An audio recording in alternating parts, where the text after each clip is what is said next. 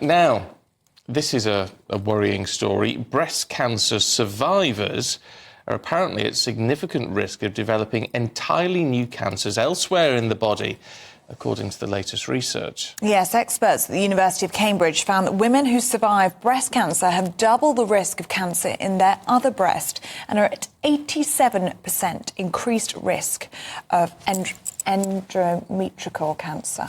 Well, the study also found that women diagnosed with breast cancer under the age of 50 were 86% more likely to develop a second new cancer compared to the general population of the same age. Well, joining us now is consultant medical oncologist at Imperial College Healthcare NHS Trust, Dr. David Pinato. Good to see you this morning, Doctor.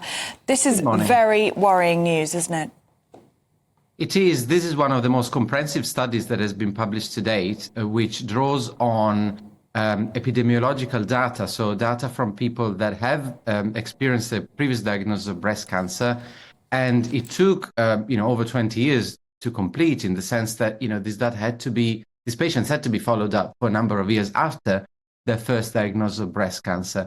It does highlight one of the key challenges that we have in cancer medicine, which is how can we say to someone that has been diagnosed with a cancer that's been caught early, you're going to be all right, you're going to be cancer-free for the rest of your life. And, as you said before, unfortunately, a proportion of people will not be cancer-free, and a lot of the effort so far has been tailored to understand what is the risk of the original cancer coming back.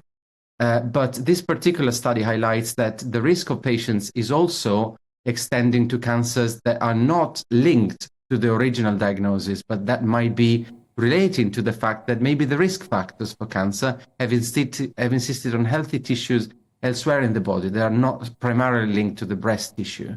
All right, and there are a number of explanations for that. I was going to say that, this sounds like very grim news, and yet there are some benefits, aren't there? If you can say about a population of society, you are considerably more likely to develop cancer at some point in the future.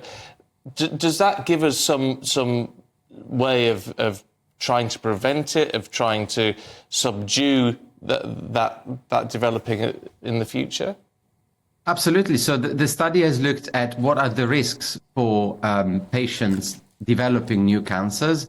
And some of those risks are inherently linked to our own genetic predisposition. So some of those patients, unfortunately, harbored some genetic mutations in their own DNA, which led them to become at an increased risk of developing cancers elsewhere in the body.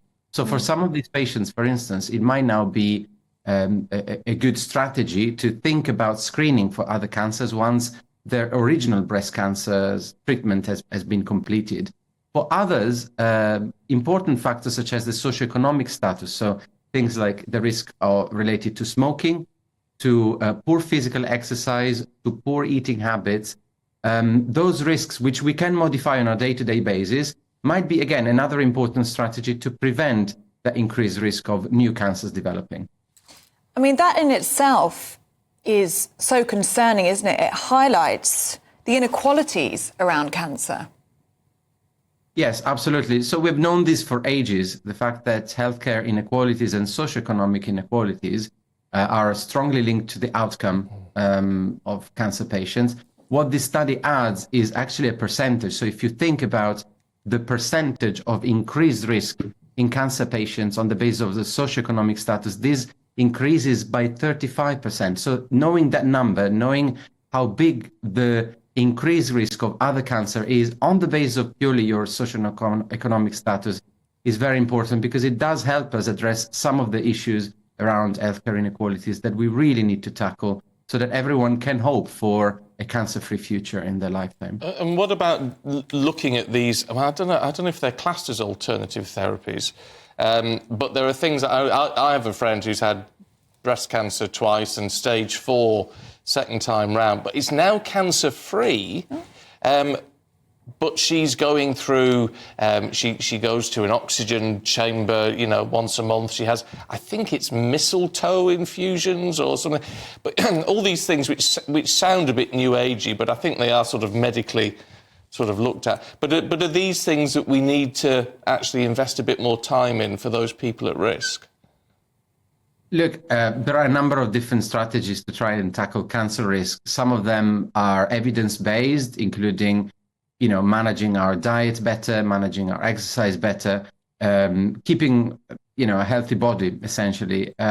But in a way, on some of these strategies, we can't really make a recommendation because studies were never conducted. And there are a lot of confounding factors if you think about alternative therapies in terms of managing the risk of cancer.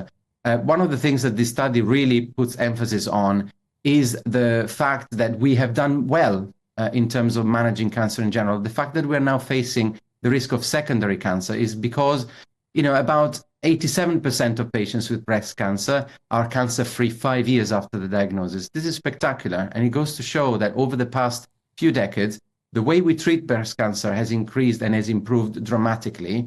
And so we now need to think about what are the challenges for the future in these patients, which includes the risk of new cancers developing. OK, Dr. David Pinato, good to see you this morning. Thank you very much indeed.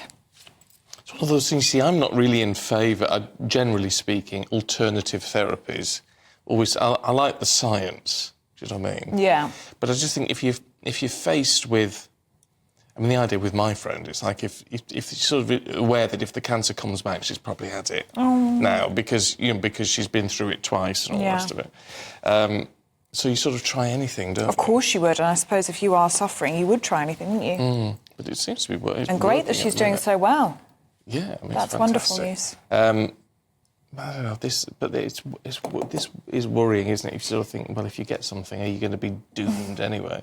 It's very worrying, and I think the socioeconomic factors are really interesting as well, which is part of it. So you're more likely to develop a second cancer if you live in poverty or if you're obese, which is shouldn't depend on where you live or what you're born into, should it? No, it shouldn't, but perhaps it's a message that we need to do more to look after ourselves. There's all this thing about fat shaming and all the rest of it. And no, you don't want to do any of that. Of course you don't. But then perhaps we need to take what action we can to make ourselves as healthy as possible. Easier said than done, I know.